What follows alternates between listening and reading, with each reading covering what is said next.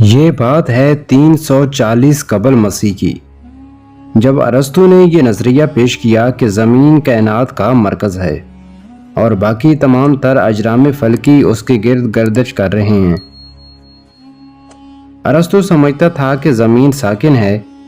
ارسطو کا یہ اعتقاد اس لیے بھی تھا کہ وہ باطنی طور پر یہ سمجھتا تھا کہ زمین کائنات کا مرکز ہے، کیونکہ اس وقت مشاہدے کے لیے کوئی اوزار موجود نہیں تھا جس سے وہ فلکیات کا مشاہدہ کرتا۔ اس خیال کی تفصیل بطلیموس نامی شخص نے دوسری صدی عیسوی میں بیان کی اور ایک کونیاتی ماڈل پیش کیا۔ اس کے مطابق زمین مرکز میں تھی اور اس وقت تک معلوم شدہ 5 سیارے یعنی عطارد، زہرہ، مریخ، مشتری اور زحل زمین کے گرد گردش کر رہے تھے۔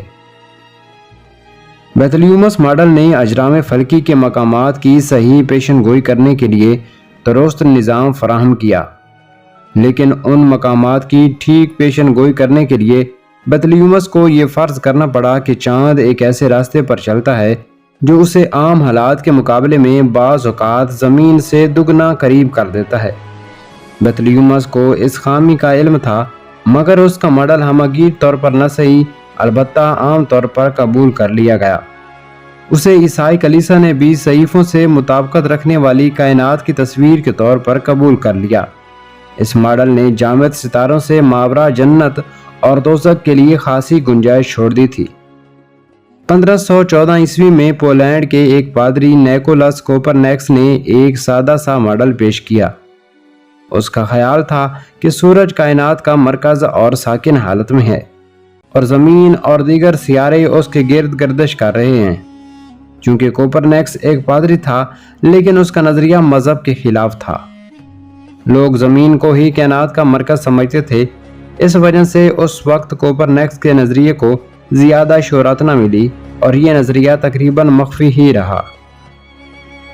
تقریباً 1 صدی کے بعد کوپرنیکس نظریے کو سنجیدگی کے ساتھ لیا گیا، جب 2 فلکیات دان یعنی جرمنی کے رہنے والے یوحنس کیپلر اور اطالوی گلیلیو گلیلی نے کھلے عام کوپرنیکس نظریے کی حمایت شروع کر دی تھی۔